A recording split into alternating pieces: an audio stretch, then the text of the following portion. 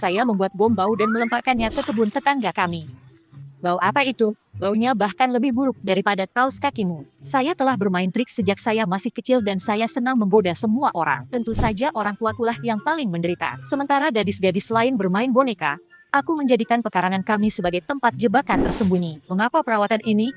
Suatu hari, saya menemukan kumis palsu. Dan aku langsung mendapat ide prank baru. Aku menutupi wajahku dengan krim cukur ayah. Dan aku mengambil pisau cukurnya. Oh tidak, apakah kamu bercukur? Aku membilas busanya. Dan ibu melihat wajahku tanpa krim di atasnya. Oh, apa yang terjadi? Tidak apa. Ibu baru saja memperhatikan kumisku dan menjadi takut. Ini Kasih. Benar, saya lupa memperkenalkan diri. Halo, nama saya Kasih. Dan seperti yang Anda lihat, saya suka mempermainkan orang. Suatu hari, sepupu saya Kevin datang berkunjung. Dia adalah anak yang pendiam dan pemalu. Jadi, dia adalah target sempurna untuk trikku. Kevin selalu membawa boneka beruang bersamanya. Dia tidur dengan itu. Bisakah Anda membayangkannya? Saya menemukan mainan serupa dan menambahkan senyuman menakutkan dan mata kancing hitam di wajahnya. Aku mengganti boneka beruang Kevin di kamarnya.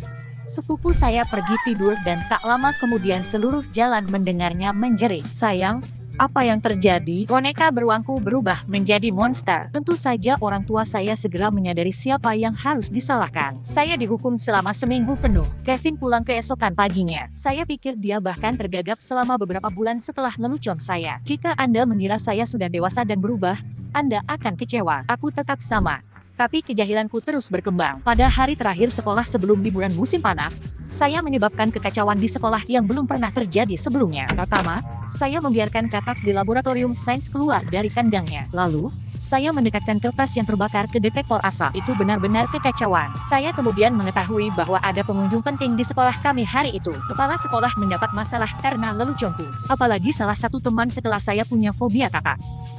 Dia kehilangannya ketika seekor serangga melompat ke ranselnya. Orang tua saya dipanggil ke sekolah. Mereka sangat marah.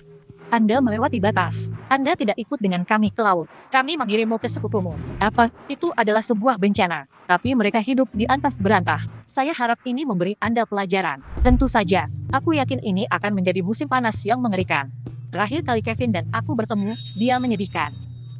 Aku tidak ingin menghabiskan waktu bersama Kevin. Kota tempat Kevin tinggal ternyata lebih mengerikan dari yang diperkirakan. Orang tua Kevin mengantarku ke rumah mereka, dan selama perjalanan, aku hanya melihat satu kafe dengan papan nama yang tidak lurus. Apakah saya melakukan perjalanan kembali ke masa lalu? Rumah mereka terletak di pinggiran kota, di sebelah hutan. Saya melihat seorang wanita setelah keluar dari mobil. Dia sedang duduk di teras rumah sebelah, dan dia menatapku dengan cara yang aneh. Penampilannya membuatku merinding. Seorang pria menyambut kami. Aku lupa wanita itu. Anda Kasih, kan? Mustahil.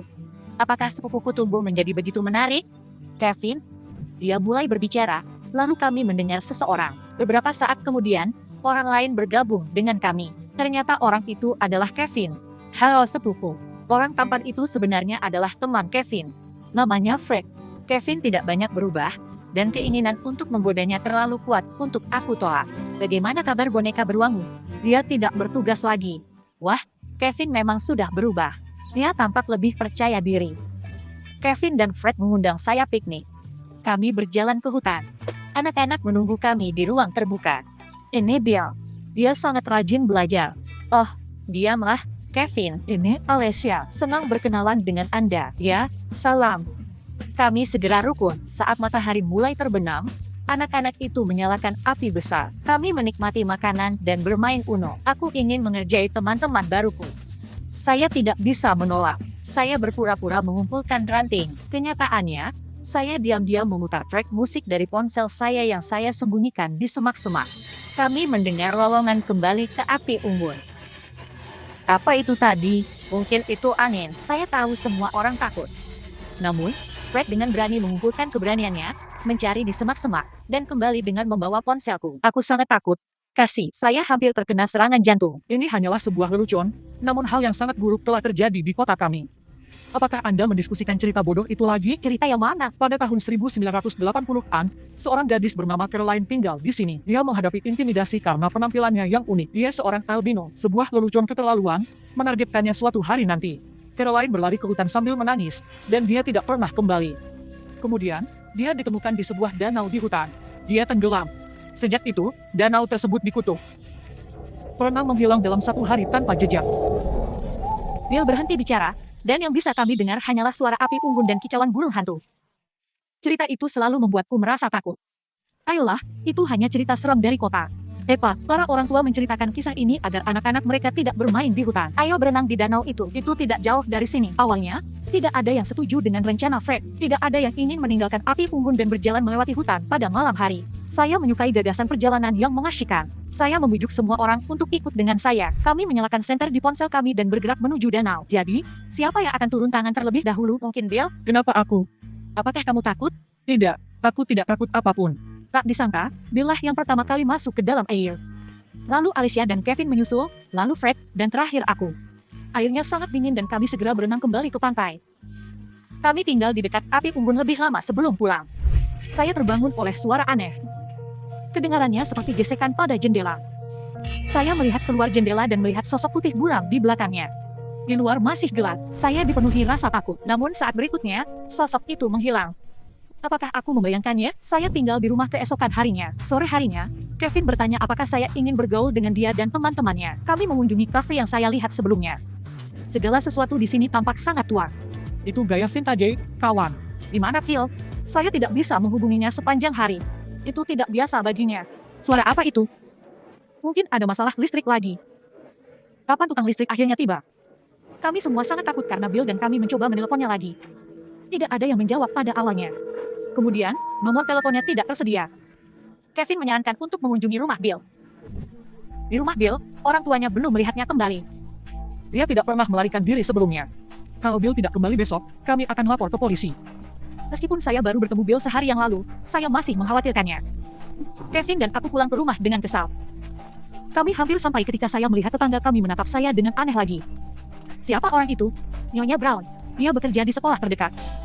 Kenapa dia menatapku seperti itu? Keesokan paginya, orang tua Kevin berangkat beberapa hari. Rumah itu milik kita.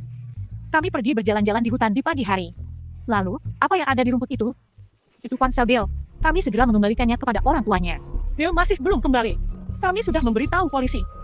Kemudian, kelompok kami kembali ke kafe. Ini mengerikan. Teman-teman, aku yakin. Apa? Saya pikir Caroline mengambil Bill.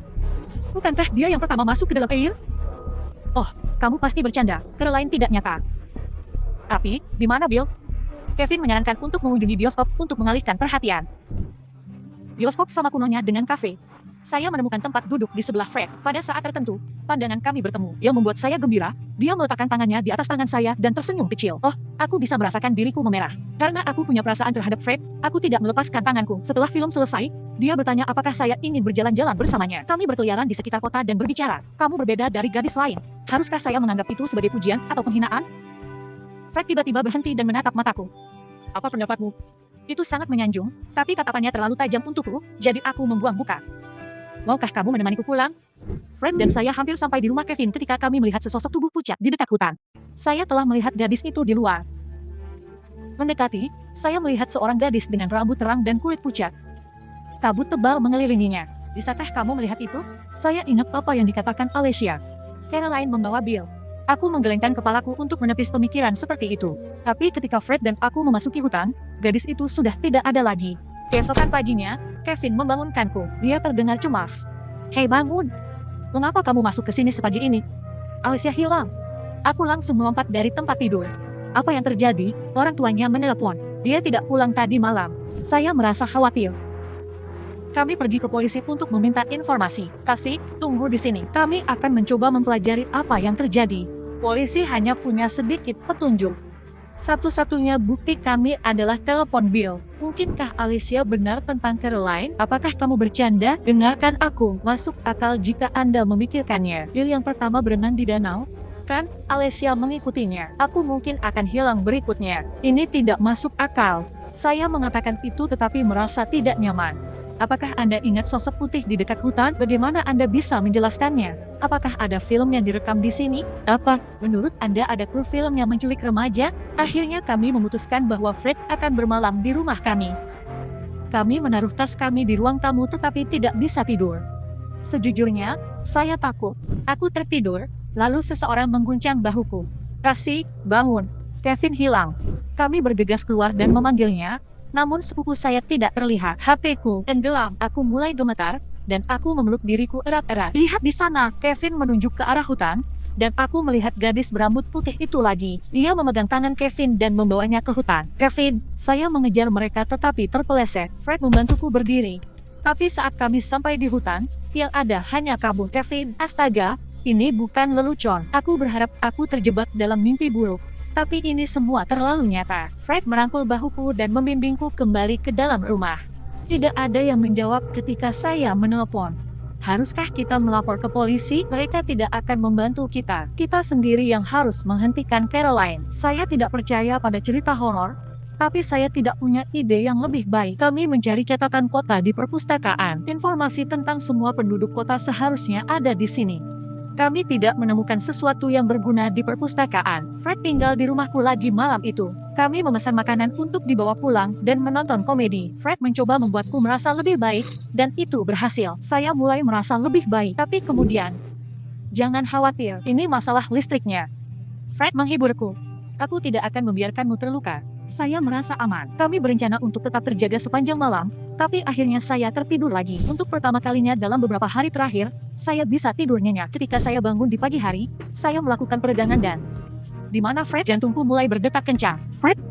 Kamu ada di mana? Saya bergegas ke halaman dengan panik, dan saya memanggil lagi. Fred tidak muncul, dan dia juga tidak menjawab teleponnya. Apakah dia pulang? Saya tidak tahu alamatnya, jadi saya tidak bisa memeriksanya. Fred tidak akan meninggalkanku seperti ini. Saya tidak tahu harus berbuat apa. Tapi kemudian, Nyonya Brown memanggil namaku. Dia melambai dari teras. Apakah kamu baik-baik saja?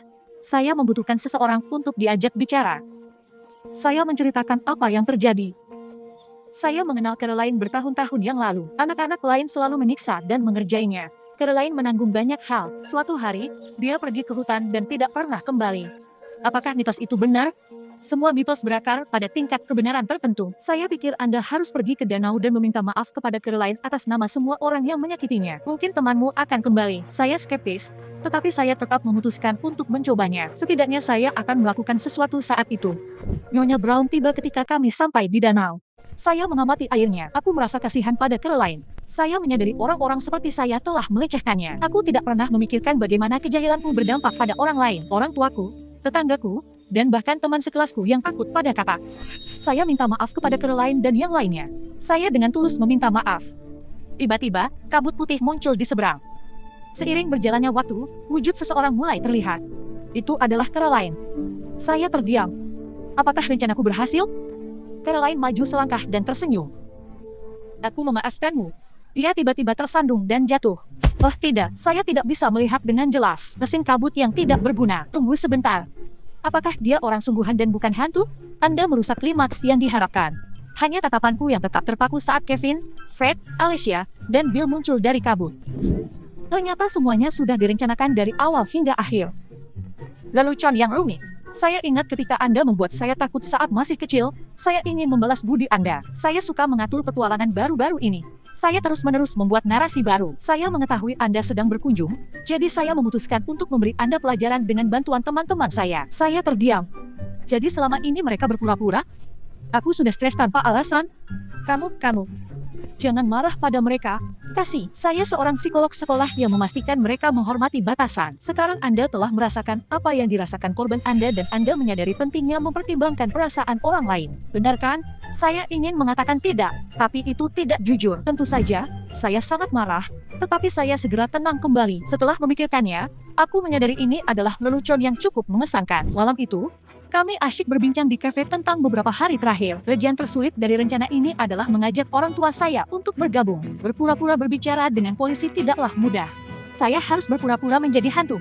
Itu luar biasa. Anda benar-benar membuat saya percaya. Satu-satunya orang yang tidak ingin saya ajak bicara adalah Fred. Sepanjang waktu, dia terlihat peduli, namun kenyataannya, dia hanya berpura-pura. Dia bertanggung jawab atas kerlap-kerlip lampu dan kabut.